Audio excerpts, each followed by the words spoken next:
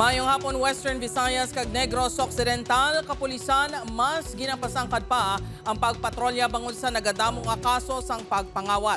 Pila ka mga menor de edad nga natumod nga nagapangawat sa kabarangayan sa Oton, ginpaydalom sa counseling. Si John Sala nakatutok live sa Barangay Botong, Oton, Iloilo. John?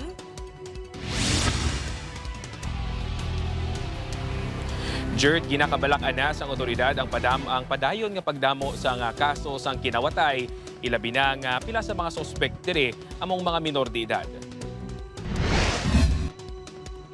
Hindi maibitar suno sa Police Regional Office 6 nga bangod sa kapigaduhon, madamo ang nagapakigbahin sa mga krimen ilabi na sa pagpangawad.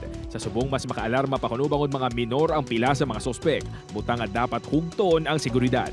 Sa pag-address ng theft incidents, kinahanglan nato ng maximized police visibility and kinahanglan nato mani-engage ang aton nga mga barangay officials and barangay tanons. Madumduman nga mayara sa 7 ka mga kaso ang kinawatay sa Barangay Botong, Oton, subong nga tuig kag suno sa punong barangay. Mga minor de edad nila nga residente ang mga suspek.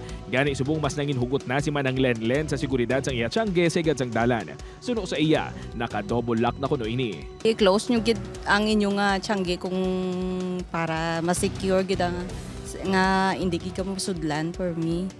Amo na nga ako niya, everyday ko na nga i-close gid. Pag nabalaan namon nga bata, nga mo na nga bata ang nagkuha, ginapatawagin ng ginikanan, ginaistorya, ginakwantanan nga intervention, ginahimo manamon. Magluwas sa Barangay Botong, may narecord man nga isa ka kaso sa pagpangawat sa Barangay Kabanbanan kag 3 naman sa Barangay Trapiche, Oton.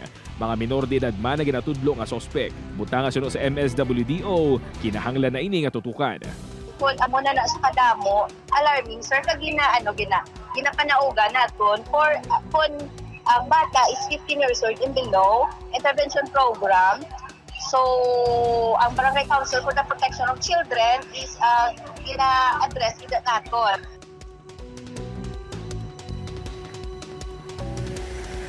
Jert, suno sa mga punong barangay sang Barangay Botong, Kabanbanan, kag Trapiche diri sa Banwas ang Oton, bangod sa padayon nga pagdamo sa mga kaso sang kinawatay, plano nila nga mas hugton ang pagpatuman sang curfew for minors. Jert? Madamo gid nga salamat sa detalye, Kapuso John Sala.